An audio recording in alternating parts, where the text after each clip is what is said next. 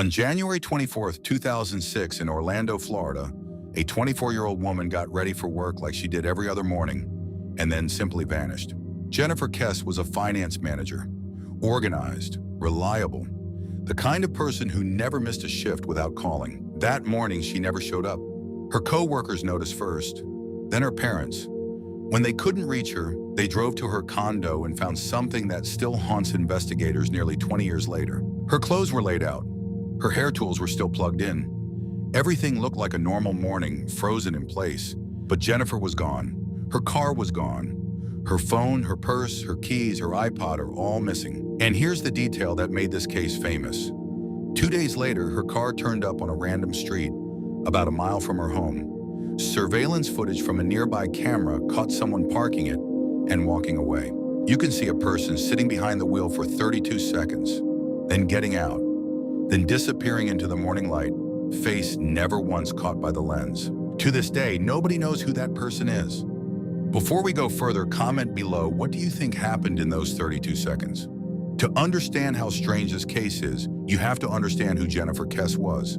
She graduated from the University of Central Florida with a finance degree and landed a job as a financial manager at Central Florida Investments, a company run by hotel magnate David Siegel. She was well-liked, hardworking, and by every account from friends and family, not the type to disappear on a whim. She lived alone in a condo in the Mosaic at Millennia Complex in Orlando, not far from the mall. She was dating a man named Rob Allen, and the two had just returned from a vacation together in St. Croix in the U.S. Virgin Islands, only days before she vanished. By all appearances, her life was stable. No major red flags, no history of running away or cutting off contact with her family, which is exactly why what happened next didn't add up to anyone who knew her.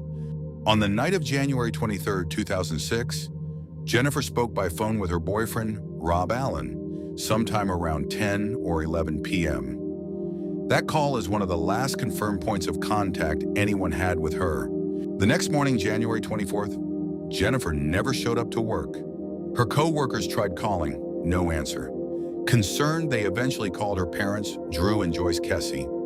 Her parents tried reaching her too. Nothing, so they drove to her condo. What they found was unsettling in its normalcy. The apartment looked lived in, not ransacked. Clothes were out, as if she'd been getting dressed. Hairstyling tools were left on. It looked like she had been minutes away from walking out the door for work. But she wasn't there. Neither was her car. They called the Orlando Police Department, and according to Jennifer's father, the initial response was dismissive. Officers reportedly looked around, suggested she'd probably had a fight with her boyfriend, and would turn up and left. No immediate search, no urgency, just a working theory that a 24-year-old woman had walked away from her job, her family, and her entire life overnight. Her family didn't believe that for a second, and they were right to push back. If you were in that apartment that morning with hair tools still on, clothes still out, would you have believed she just left on her own? Let us know. 2 days later, on January 26th, Jennifer's car was found abandoned in a parking lot at a different condo complex, about a mile from her own home. A single surveillance camera nearby had captured something extraordinary: footage of the car being parked and a person getting out and walking away. But the footage came with cruel limitations. The camera recorded in choppy bursts, only a few seconds at a time. A fence ran along the property line, its slats obscuring the person's face at exactly the wrong angles. The image quality was poor even by 2006 standards. Investigators could tell a person was there. They could not tell you who. When police examined the car itself, they found almost nothing. No blood, no clear forensic trail, no sign of a struggle. What they did find was more disturbing in its absence. The car appeared to have been wiped down. A single latent fingerprint and a small trace of DNA were recovered, but nothing that immediately identified a suspect. And crucially, nothing valuable was taken from the vehicle. Detectives ruled out a simple robbery almost immediately. Whoever drove that car wasn't after money. A search dog was brought in and picked up a scent trail leading from the abandoned car back toward Jennifer's own apartment complex, suggesting whoever left the car may have doubled back on foot. But the trail went cold and no further physical evidence turned up along the route. In the months and years that followed, investigators worked through every angle they had. As is standard in cases like this, detectives first look closely at the people nearest to Jennifer, her family, her boyfriend, her close friends, to rule out anyone with a personal motive. No one in that inner circle was ever charged. Her cell phone was never used again after she vanished, and it could not be pinged, meaning it had likely been powered off immediately. Her bank cards were never touched. No purchases, no withdrawals, no digital trail of any kind. For a missing person case, that silence is its own kind of evidence.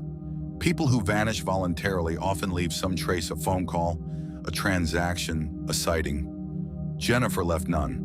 Her employer, Central Florida Investments, along with CEO David Siegel, offered a $1 million reward for information leading to her safe return, with a deadline and the requirement that she be found alive. It went unclaimed.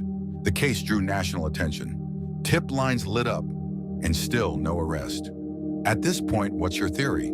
Foul play by a stranger, someone she knew, or something else entirely? Drop your thoughts below. Over nearly 2 decades, a few theories have persisted. She was targeted by someone unfamiliar to her, possibly someone who had been watching her routine. The wiped-down car and the missing personal items, phone, purse, keys, suggest deliberate effort to eliminate evidence and prevent tracking, which points away from a random or impulsive act. Someone she knew was involved.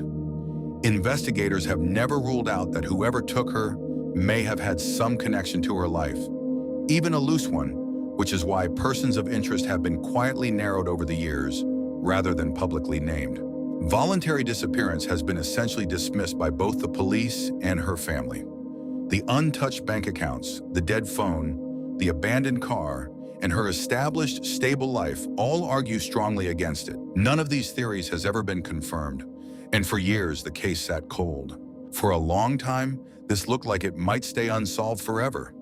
Then, starting in the early 2020s, things began to shift. In 2010, the FBI joined the investigation at the request of then Orlando Police Chief Val Demings.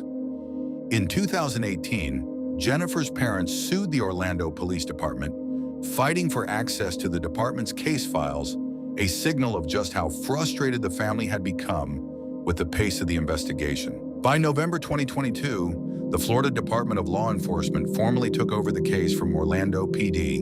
And then in 2025, nearly 20 years after Jennifer disappeared, came the biggest development yet. Jennifer Kesse announced that FDLE investigators had located DNA evidence within the case file that had never actually been tested. This directly contradicted what the family had been told years earlier, that the only DNA ever recovered was a small trace found on the steering wheel. At the same time, investigators began working with an artificial intelligence company to re-examine the case from the ground up, including that grainy, decades-old surveillance footage of the person parking Jennifer's car.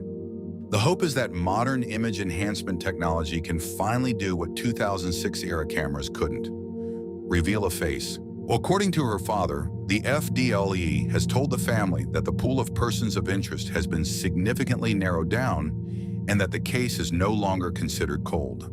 It's classified as active. Do you think enhanced footage and new DNA testing could finally crack this case after 20 years? Or has too much time passed? Be honest in the comments. As of now, Jennifer Kesse has never been found. No arrests have been made. No remains have been recovered. Her parents, Drew and Joyce, have spent nearly 2 decades fighting for their daughter, lobbying for legal reform, pushing for new technology, and refusing to let the case fade into obscurity. Their advocacy directly led to the Jennifer Kesse and Tiffany Sessions Missing Persons Act, a Florida law passed in 2008 that changed how law enforcement agencies across the state are required to handle missing persons reports. They've also said the toll has been enormous, describing years of disrupted sleep, health struggles, and even threats and extortion attempts from people trying to exploit the family's pain. A documentary team is now reportedly working on a series about Jennifer's case, expected to air around the 20th anniversary of her disappearance. For her family, none of this brings closure. It brings hope, but hope is not the same as an answer. Jennifer Kesse's case is a reminder that disappearances don't always come with drama or warning signs. Sometimes a person just doesn't show up for work. Sometimes the only evidence is 32 seconds of blurry footage and a fence positioned in exactly the wrong place. What makes this case so unsettling isn't just what happened to Jennifer. It's how close investigators have come, again and again, to an answer only to hit the same wall. A face they can't see, a DNA sample they couldn't test until decades later, a silence that has lasted almost 20 years. Somewhere, someone knows what happened in that 32-second window. Whether new technology and renewed attention will finally bring that truth to light, that remains to be seen. If you had to pick one piece of evidence to re-examine with today's technology, the car footage, the DNA, or the scent trail, which would you choose? Tell us below. If this case affected you, consider supporting missing persons awareness. And if you ever have information about a cold case like this one, contact local law enforcement or the FBI directly. Like this video, subscribe for more real, carefully researched true crime cases, and turn on notifications so you don't miss new uploads. Jennifer Kesse's family is still looking for answers. Until they get them, her story isn't over. This script is based on verified, publicly reported facts from law enforcement statements, court filings, and reputable news sources including the FBI, FDLE, Fox News, News Nation, and Wikipedia's documented case history as of mid-2026. Persons of interest have not been publicly named, and no theory should be presented as confirmed fact.